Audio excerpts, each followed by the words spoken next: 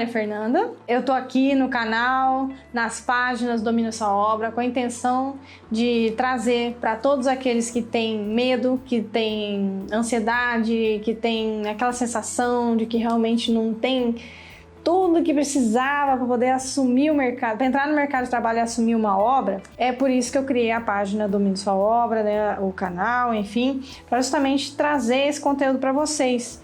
E por que eu faço isso, né? Porque eu passei por esse medo, eu passei por essa ansiedade. Quando me formei, não sabia para que lado olhar, não sabia o que fazer para poder ficar tranquila, né, perder esse medo. E quando eu falo em perder medo aqui, eu não falo na questão psicológica, trauma de infância não, tá, gente? Eu falo aqui realmente daquela parte que a gente tem de achar que não tem todo o domínio necessário, prático, né, de obra, para poder realmente assumir uma obra, beleza? Então vamos lá. Esses dias eu prometi para vocês que eu provaria por A mais B que uma obra bem feita, uma obra de qualidade, muito mais depende de um RT bom do que uma mão de obra boa. E muita gente acha o contrário. Eu, inclusive, um tempo atrás, umas semanas atrás, eu fiz uma enquete no Instagram e que eu fiz a seguinte pergunta: o que realmente faz diferença dentro de obra? Aí eu coloquei duas opções: mão de obra boa ou RT bom? E, pasmem, 81% respondeu mão de obra boa. E eu até entendo essa tendência a responder que para que uma obra realmente tenha qualidade, o que realmente faz a diferença dentro de obra, que seja a mão de obra. Só que na realidade, gente, é muito pelo contrário, é o RT, é a pessoa que está à frente de obra, é o executor de obra, é o arquiteto, o engenheiro que está ali à frente, que vai fazer a diferença nessa qualidade. E hoje eu vou provar isso para vocês por A mais B. A gente vai construir aqui juntos um pilarzinho, trouxe até uns materiais aqui dos meus alunos, que eu dou aula com eles, para que vocês entendam a diferença que faz um RT bom dentro de obra e que, independente da mão de obra, ele vai conseguir garantir essa qualidade. E por que eu falo isso? Porque senão você vai estar à mercê de uma mão de obra boa. Vamos dizer que você encontre na sua cidade uma boa mão de obra, uma boa equipe, e você passa a ser RT e contratar essa mão de obra boa. Isso é legal? Lógico que é legal, gente. Você vai ter ali uma mão de obra legal, que já está reconhecendo no mercado como uma mão de obra legal para fazer a sua obra em si, sua residência, a edificação, o que for que você esteja ali à frente fazendo, executando. O que acontece? Se você precisa de uma mão de obra maior, você vai construir uma outra obra, ou se alguém te chama para construir uma outra cidade, o que você faz? Entende que se você depende de um grupo de pessoas, você se torna dependente deles, você fica à mercê deles. O final da sua obra, a qualidade final da sua obra depende daí daquele grupo de pessoas estar juntos. Só que na realidade, um bom RT, ele consegue garantir a qualidade independente da mão de obra, porque ele consegue desde o início, desde cada momentinho ali da execução, de cada tarefinha, de cada etapa dentro de obra, visualizar e saber se está sendo feito da melhor maneira possível. Então aqui hoje a gente vai fazer um pilar juntinhos para que eu consiga mostrar para vocês e provar por A mais B que mesmo que não seja uma mão de obra muito boa, você consegue ver isso muito antes, vamos dizer assim, de acontecer um defeito futuro na sua obra. Você consegue ver ali na obra, você consegue identificar aquilo ali na obra e você consegue tomar uma atitude a respeito. Ou treinar aquele profissional para que ele execute aquela tarefa da maneira correta, ou trocar aquele profissional, caso o perfil dele não se enquadre. Vamos dizer que seja aquela pessoa teimosa, fala, não, esse é meu jeito de fazer e ponto final. Então, de repente, você consegue visualizar que ele está fazendo isso de uma forma errada e ele tem esse perfil, você vai trocar essa pessoa. Então, por isso que eu falo, você como RT, você como executor de obra, você como arquiteto e engenheiro que está à frente da obra, você não pode ficar à mercê da mão de obra para poder garantir uma boa qualidade para o seu cliente. É você que vai garantir essa qualidade. E pensa a oportunidade que é dentro desse mercado que está em super ascensão, que é a construção civil, que está com uma expectativa excelente para que a gente consiga realmente construir e fazer bastante coisa. Pensa para a pessoa que realmente vai tirar do papel e fazer realidade, sabe? Ao invés de só projetar o pau, é a pessoa que vai matar a cobra e mostrar o pau. É o ser humano que vai tirar do papelzinho.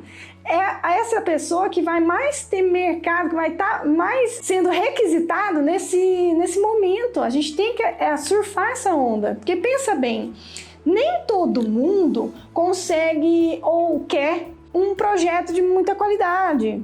Às vezes pega ali, não, meu mestre de obra aí sabe fazer a estrutura ali, ó, só preciso de um engenheiro ali, ó, alguém ali para assinar isso daí. Ou, não, eu já desenhei aqui minha casa, já desenhei aqui o projeto, não preciso de arquiteto não, só preciso de alguém aqui para assinar, tá ótimo. Agora, ninguém quer uma obra mais ou menos. Ninguém quer algo mal feito, ninguém quer infiltração, ninguém quer um pilar fissurado, trincado, que você não consegue garantir se foi feito com a quantidade da resistência certa daquele pilar, né? Que o engenheiro calculou, a quantidade de MPa certinha ali dentro. Ninguém quer, gente, uma obra de má qualidade, um piso que vai ceder, que vai trincar, sabe? Ninguém quer uma obra de má qualidade. Então, o profissional que vai ser extremamente requisitado nesse momento de ascensão da construção civil e que a gente tem que surfar essa onda é o RT de obra, é a pessoa que vai executar. Então, vem comigo e fica comigo até o final desse vídeo, porque vocês vão ver e eu vou provar para vocês que, sim, um RT bom garante, sim, a qualidade de uma obra, independente da mão de obra. Porque é aquele negócio, se alguém te chamar para você construir em outra cidade, você vai estar tranquilo. Você vai, não, posso ir, sem problema nenhum. Eu sei como fazer essa obra ficar boa, independente se nessa região, nessa cidade, só tenha pessoas inexperientes, tá? Você consegue mudar isso, tá bom? Então, hoje, um passo a passo de como é um pilar, de como você vai fazer isso dentro de obra com os moldezinhos aqui, para que vocês visualizem e vejam a importância e a diferença que um bom RT faz dentro de obra, beleza? Então, vamos lá. Vou pegar um pedaço num quadro aqui, ó, para a gente formar um plano, né? O que seria aqui a nossa laje, tá? Então, temos aqui uma laje. Nós vamos fazer um pilar. Primeiro de tudo, o que acontece? É a armação, certo? Primeiro você tem que ter a armação antes mesmo de locar isso na obra para fazer a forma dele. Um bom RT, ele tem que conferir se a armação foi bem feita. Então ele vai chegar lá no armador e já vai começar a conferir. Vai ver a capacidade desse armador de fazer uma leitura de projeto. Então, como é que eu sei disso? Como é que eu vou visualizar isso? Conferindo. Ele pôs as bitolas corretas, ele pôs a quantidade de vergalhões daquele pilar que a gente está fazendo. Vamos dizer que esse é o pilar, sei lá, 37. Bom, inventei um número aí. Pilar 37 está sendo feito, você tem que conferir ele, certo? Você vai, independente da mão de obra, garantir a qualidade desse pilar. Olha só. Então, a gente vai lá, vai no projeto, pilar 37, vê a quantidade de vergalhões que tem nesse pilar 37, vê a bitola desses vergalhões, vê o espaçamento dos estribos e vê aonde no seu projeto ele está alocado, ok? Primeira coisa. Aí você vai lá no seu armador, vamos dizer que seja o seu José. Seu José, vamos conferir aí o pilar 37, beleza. Aí você vai lá, vai pegar e vai olhar se ele mediu certinho, sabe? Porque normalmente eles colocam assim na mesa do armador os vergalhões e na hora de colocar os estribos, eles vão marcando com giz. Então, você consegue visualizar se esse armador realmente está tomando atenção para colocar o espaçamento dos estribos corretamente. Se os vergalhões estão espaçados da maneira correta. Então, você vai lá, você confere, você conversa, você vê a capacidade desse profissional de fazer uma leitura de projeto estrutural, você consegue visualizar se ele está fazendo da maneira correta, se ele está identificando, vamos dizer que seja um prédio. Ele tem que montar uma penca de pilar em armação. Se ele não identifica esse pilar 37 e coloca lá num montinho lá que tá cheio de pilar, como é que ele vai saber que esse é o 37? Então você já tem que chamar a atenção dele ali. Como é que o senhor vai saber que esse aqui, que o pilarzinho que o senhor armou, que tá aí no meio de todos esses outros pilares, é o 37? Então tem que botar um papelzinho, um papelão, uma identificação, uma fita crepe com o número 37, alguma coisa ele tem que fazer para identificar isso daqui. Então, logo de cara, só na armação, a gente já consegue fazer todas essas conferências para saber se esse profissional realmente está fazendo essa leitura e está executando a armação da maneira correta. Todo arquiteto, todo engenheiro sabe fazer a leitura de um projeto estrutural. Então, nós aí como RTs que vamos aí assumir a execução de uma obra, a gente já começa a fazer a nossa função, exercer a nossa função e garantir a qualidade já aí, logo no início, na armação, beleza? Então vamos passar para a parte da forma, estamos na nossa laje aqui. E vamos dizer que a gente mediu todas as quinas, tudo bonitinho, tem os arranques, né? Vamos imaginar que tem os arranques aqui do pilar. E a gente sabe que o nosso pilar tem uma medida certa, vamos dizer que seja um pilar de 20 por... sei lá, vamos dizer que seja 15 por 30, então, né? 15 aqui, 30 de cá, tá? Então, você mede bem bonitinho, você vai locar esse pilar bem bonitinho e vamos dizer que tem as esperinhas aqui dele. Essa coisinha, esse quadradinho que a gente faz aqui embaixo, tem vários nomes, dependendo aí da sua mão de obra. Pode ser gastalho, pode ser colarinho de base, gravata de base, enfim... o quadradinho que vai locar o seu pilar, que você vai ter os 4 cantos aqui certinho de qual é o tamanho do seu pilar. Isso daqui tem que estar muito bem colado na sua laje, tem que estar muito bem parafusado na sua laje. Se aqui é uma laje de concreto, esse parafuso tem que passar uns 2 centímetros, porque tem que estar muito bem preso. Por quê? Porque é a base da sua forma. Essa base de forma, quando você vai concretar, como o concreto é pesado, ela tende a abrir. Então já aqui você vai começar a observar se essa mão de obra tem esse tipo de atenção. Você mediu os 4 cantos de acordo com o projeto arquitetônico, de acordo com o projeto estrutural, para saber que é exatamente aqui que esse pilarzinho tem que estar? Ah, medi. Então a gente tem que, essa nossa forma, né, que faz parte do nosso gabarito de obra ali, que está exatamente posicionado bonitinho, que você vai conferir esses 4 cantos, nós temos que pregar isso no nosso concreto, na nossa laje. E tem que ser muito bem preso, porque daí agora vocês já sabem porque no meio da concretagem essa forma pode abrir. Então, se você vê que o seu colaborador ali tem essa atenção, poxa, daí você já começa a ficar feliz com ele. Se ele não tem essa atenção, começa a puxar a atenção dele.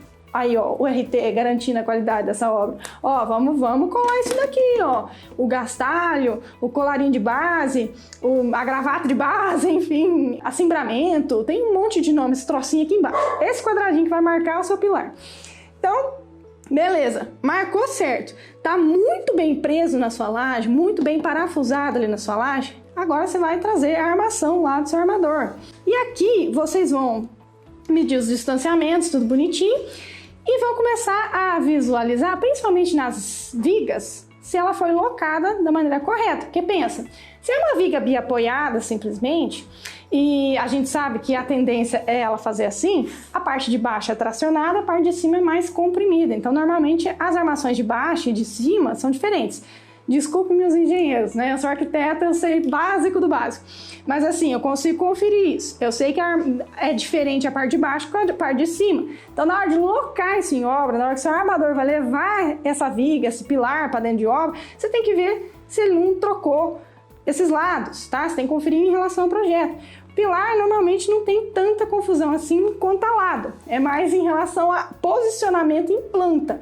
Então, o pilar 37, a armação do pilar 37 está na posição do pilar 37 dentro do projeto, você vai olhar isso dentro do seu canteiro de obra lá, de acordo com o projeto. Então, você vai ver se o seu profissional tem essa atenção, tá ali colocando certinho, poxa, bacana, uma pessoa que já tá ali, ó, realmente prezando por essa qualidade. Olha o RT garantindo a qualidade aí, ó. Vamos lá. Beleza. Depois que eu fiz meu colarinho de base, depois que eu coloquei tudo certinho aqui embaixo, o que eu preciso fazer? Preciso fazer minha forma. Pode ser uma forma feita de tábuas? Pode ser uma forma feita de tábuas. Agora vamos imaginar essa nossa edificação, que seja uma edificação de múltiplos pavimentos, e você tem que ter uma forma que seja reutilizável, que seja mais, vamos dizer assim, que tenha um maior carinho para que você consiga utilizá-la várias vezes, já que esse pilar vai se repetir em múltiplos pavimentos, então que você faça ele com madeirite plastificado, que é aquele madeirite preto. Então tem alguns cuidadinhos, por isso que eu trouxe ele aqui, para que você preste atenção dentro de obra e veja se a sua mão de obra realmente está fazendo isso, para que você consiga garantir a qualidade desse pilarzinho que a gente está fazendo, pilarzinho 37 que a gente está fazendo aqui, beleza? Então vamos lá. Vamos dizer que já que nosso pilar que a gente inventou aqui tem 15 por 30, né? Acho que essa era a medida que a gente tinha falado. Nós temos uma lateral menor e nós temos uma lateral maior, certo? Aqui no nosso protótipo, esse papelão aqui é como se fosse um madeirite plastificado preto, tá? Por que eu tô falando que é um madeirite plastificado preto? Porque o plastificado, ele tem aquele polímero em cima, aquele polímero preto, e normalmente quando você vai fazer prédios de múltiplos pavimentos, ele é mais resistente justamente por ter aquele polímero. Então ele resiste mais à umidade, então ele consegue ser mais reutilizado. Então por isso que eu tô trazendo como se fosse aquele madeirite preto. O que você tem que tomar atenção na hora que a sua mão de obra estiver fazendo essa forma? Que existe uma forma de você deixar essa forma muito bem presa, muito bem certinha, para que, além dela não abrir dentro, né, no momento da concretagem, que é super pesada, um momento ali meio brusco, vamos dizer assim, e você tem que tomar atenção de como ele vai fazer pregar essa forma certinho, para poder reutilizar essa madeira, beleza? Para ter uma maior produtividade e redução de custo aí dentro da sua obra. Então, a lateral menor, normalmente eles fazem uma caixinha, ó, tá vendo? Então, esse palitinho de sorvete que a gente tá vendo aqui é como se fossem os sarrafos de dentro de obra. O que é o sarrafo, Maria? Normalmente é aquelas peças de madeira que tem ali de 10 centímetros, 2,5 de largura, tem de 1 metro até 6 metros de tamanho, assim, de comprimento, tá? Esses sarrafinhos, ele vai ser colocado como se fosse uma caixinha no nosso madeirite, né? Lembrando que o nosso papelãozinho aqui no nosso protótipo é o madeirite, tá? Tá vendo o sarrafinho aqui? Então ele não está sendo colocado paralelo ao madeirite, ele está sendo colocado transversal, ali 90 graus com o madeirite. Já a gente vai entender por que faz essa caixinha. E normalmente ele coloca uns sarrafos assim na outra direção para poder deixar isso bem firminho, tá? E o lado maior dessa forma, como que é feito? Ele é feito dessa forma aqui, ó, paralelo. Uai, Maria, por quê? Por que um é feito de caixinha e o outro é feito paralelo? Agora vocês vão entender.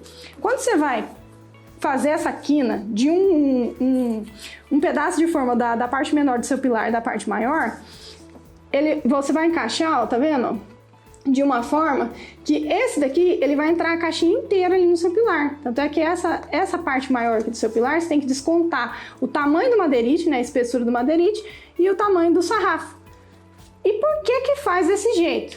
Além de ele ter uma forma dele ficar mais seguro, né, que você vai pregar aqui, ó, e ele vai ficar mais presinho do que simplesmente se eu pegasse uma quina na outra. Então você está fazendo uma caixinha entrando um no outro, né, para ele ficar bem seguro.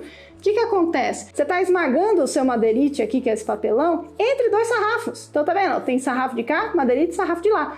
E por que eu tenho que me preocupar com isso? Porque você vai forma, desforma, forma, desforma, forma, desforma. Porque lembra? É um predinho aqui de múltiplos pavimentos.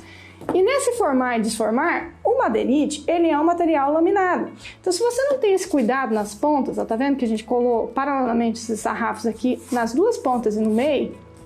O que vai acontecer? Com o tempo ele vai soltando, então ele vai perdendo a qualidade. Por isso que a gente faz dessa forma, a forma de madeirite faz dessa forma aqui, tá? Além de prender melhor, você consegue garantir aí uma maior qualidade, maior tempo de duração aí dessas pontas aqui do seu madeirite, porque senão ele vai ficar descamando assim rapidinho. Então, atentos para essa parte. O que agora a gente tem que fazer? A gente tem que colocar a nossa forma no nosso pilarzinho. A gente tem o nosso assimbramento aqui super, muito, mega, duper colado aqui na nossa base. E agora a gente vai colocar a nossa forma ali dentro. E eu falo dentro mesmo. Esse espaçamento aqui, esse engastalho, colarinho de base, gravata de base, ela tem que ser colocado de uma forma que você desconte, né, a espessura do seu madeirite. Porque ele tem que encaixar dentro da sua forma de base. Por quê? Porque ela vai ajudar essa forma não abrir, entende? Então, se você coloca ele dentro ali da sua forminha, desse gastalho de base, a sua forma em si, no momento da concretagem, ela vai estar mais presinha ali para não abrir. Lógico que a gente vai colocar várias gravatinhas, já vou mostrar para vocês, mas esse de base aqui tem que estar bem colocadinho e a forma por dentro dele, tá? Então, deixa eu pegar outro aqui só para mostrar, né? Então, ele tem que vir dentro, assim, dentro dele, do engastalho. Beleza? O que eu tenho que saber agora, Maria? Para você poder formar o seu pilar, você tem que colocar o quê? Desmolde, tá? Maria, óleo diesel a desmolde tem muita mão de obra que é muito boa, muito reconhecida na cidade e que usa óleo diesel na hora de aplicar como sendo desmoldante ali da sua forma. É correto? Não, não é correto. Óleo diesel foi criado para ser combustível de um carro. Então, além de você estar levando para dentro da sua obra um material bastante combustível, porque ele serve para isso, basicamente, você está levando um material, né, vamos dizer que o óleo diesel ali, um material para dentro da sua obra, que ele é extremamente tóxico no meio ambiente, extremamente tóxico para a saúde das pessoas que estiverem manuseando ele, tá, respirando ele, para poder passar esse desmoldante nas suas formas. E para que eu preciso me preocupar em passar desmoldante? Para você economizar, para você ter maior produtividade, para você ter maior rendimento dessas formas. Lembra? Nosso edifício é de múltiplos pavimentos, por isso que a gente está usando madeirite aqui plastificado. E uma forma de você facilitar o trabalho na hora de desmoldar, não quebrar essa forma, não fazer que essa forma, para que essa forma seja reutilizada, então você passa o desmoldante e que não seja óleo diesel. Tá aí a diferença de ter um RT bom dentro de obra, porque por mais que a mão de obra seja muito boa, eu já vi mão de obra muito boa repetir essa seguinte crença. Eles inventam aí um nome desmoldante, coloca num vasilhame bonito e cobra caro, mas o óleo diesel faz a mesma coisa. Então, você está gastando dinheiro à toa, compra lá o óleo diesel e passa aqui como desmoldante que dá certo. Gente, eu não vou dizer que na hora de desmoldar, o óleo diesel realmente, aparentemente, dá certo. Só que o óleo diesel, né, como já falei anteriormente, não foi feito para isso, foi feito para combustível. Ele, além de fazer mal para a saúde de quem está mexendo, fazer mal para o meio ambiente, ele se mistura à composição do concreto. Então, ele vai mudar, inclusive, a composição da superfície ali do concreto do seu pilar, tá? Então, não foi feito para isso, não é para ser colocado em obra. Usem sempre desmoldante. Maria, acabei de aplicar o desmoldante, já posso colocar meu pilar ali e concretar? Não, você tem que esperar umas 2 horas para poder concretar, tá? Cada desmoldante tem o seu tempo ali de duração de secagem, então tá vendo a diferença de ter um RT que comprova a qualidade dentro de obra? Às vezes a mão de obra é um pouquinho mais apressada, já passou o desmoldante, já quer concretar, não vai esperar o tempo de secagem do desmoldante. O que pode acontecer? Você está diminuindo aí a qualidade desse seu desmoldante, e daí na hora de desformar, ele não vai servir. Tá? Não vai despregar da forma que você gostaria que despregasse. Então, você está gastando mão de obra para ficar passando ali, seja com um pulverizador, né? Quando é obra grande, eles passam com pulverizador, mas normalmente é só com rolinho mesmo. Então, você gastou mão de obra, gastou produto para ficar passando ali o desmoldante para depois colocar o trem por cima e nem esperar a secagem dele, tá? Então, tudo isso a gente consegue observar e consegue ir garantindo a qualidade. Outra coisa de diferença de ter um RT bom dentro de obra, garantir o cobrimento desse concreto, desse pilar. Como que a gente garante isso? Como que a gente garante o prumo desse pilar bonitinho, certinho? Com essa pecinha aqui, ó, que muita da mão de obra às vezes não gosta de usar. Isso aí não serve para nada não. O que é isso aqui? É um espaçador. Tem de vários tamanhos, né, dependendo do cobrimento, né, de como o engenheiro calculista calculou o cobrimento desse concreto. Vai ter de 2,5, vai ter de 3, vai ter, enfim, de vários tamanhos ali certinho, e que você vai encaixando ali no seu pilar para você garantir o cobrimento, que às vezes você deixa centralizado aqui em cima, mas você não está vendo o que está acontecendo aqui embaixo. Aqui embaixo ele pode estar colado na sua forma e você achando que ele está centralizado aqui em cima, porque você só mexeu aqui em cima, tá vendo? Porque depois que fechou a forma, você não está vendo seu pilar lá.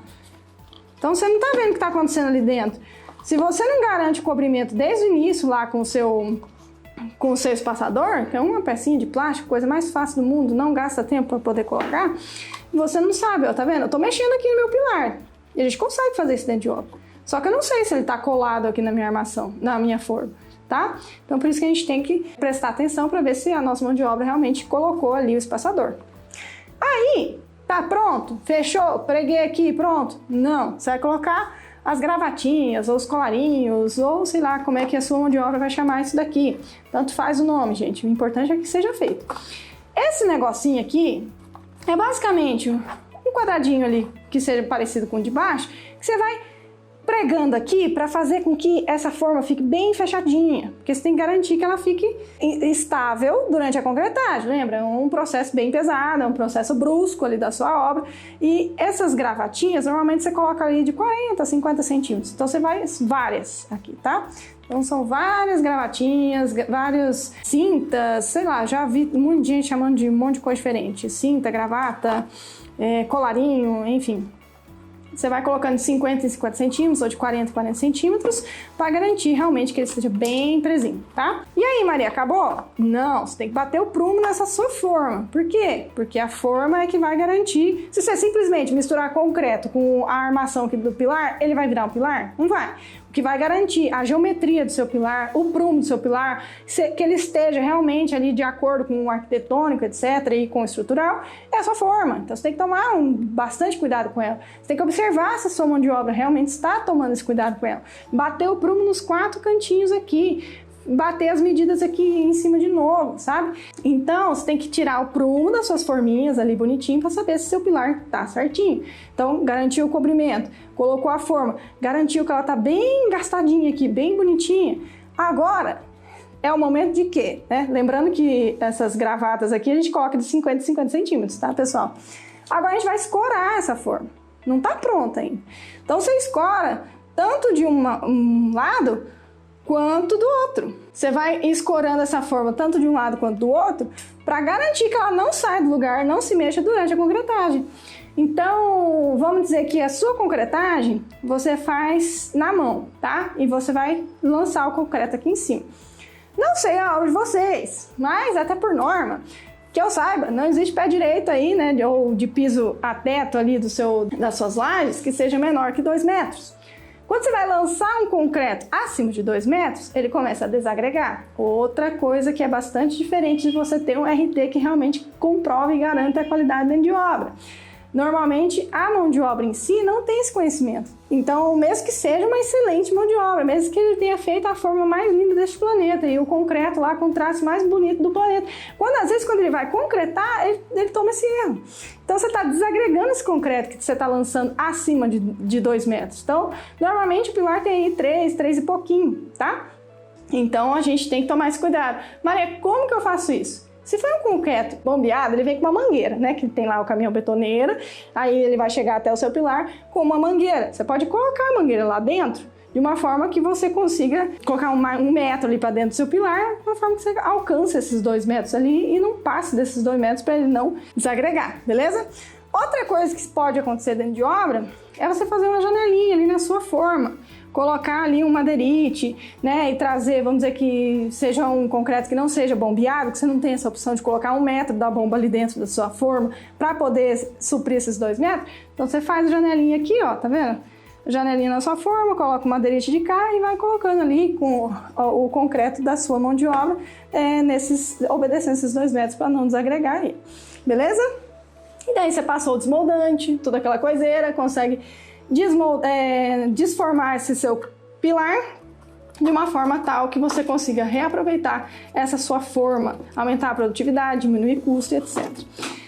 Então, gente, eu quis trazer esse passo a passo para vocês de como monta um pilar, justamente para mostrar que realmente o que faz muita diferença dentro de obra é um RT bom. Então me preocupou até quando eu fiz essa enquete aqui no Instagram, que eu coloquei a pergunta, né? O que realmente faz diferença dentro da obra, na qualidade de obra.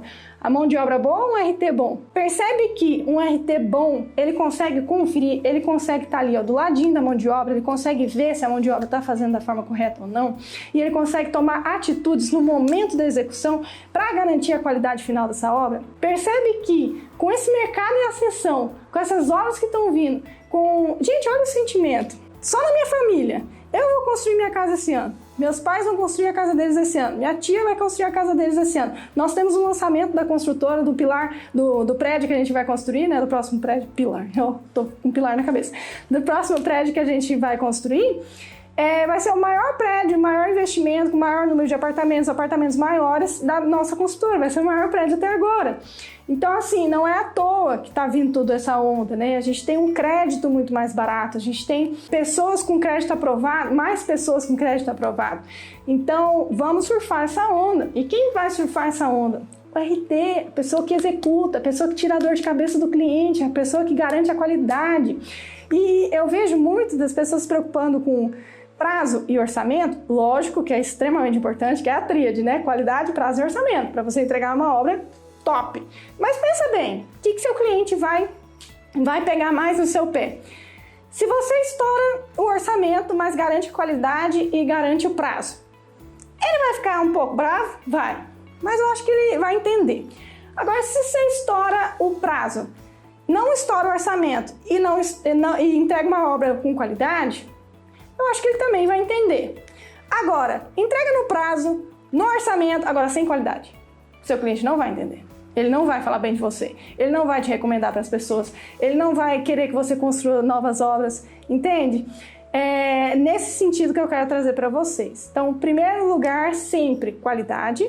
E o RT, sim, um RT bom consegue garantir essa qualidade dentro de obra, independente da mão de obra, porque ele consegue visualizar isso no momento da execução. Beleza, pessoal? É isso que eu quero que vocês consigam entender. Então era isso. Um beijo para vocês, valeu!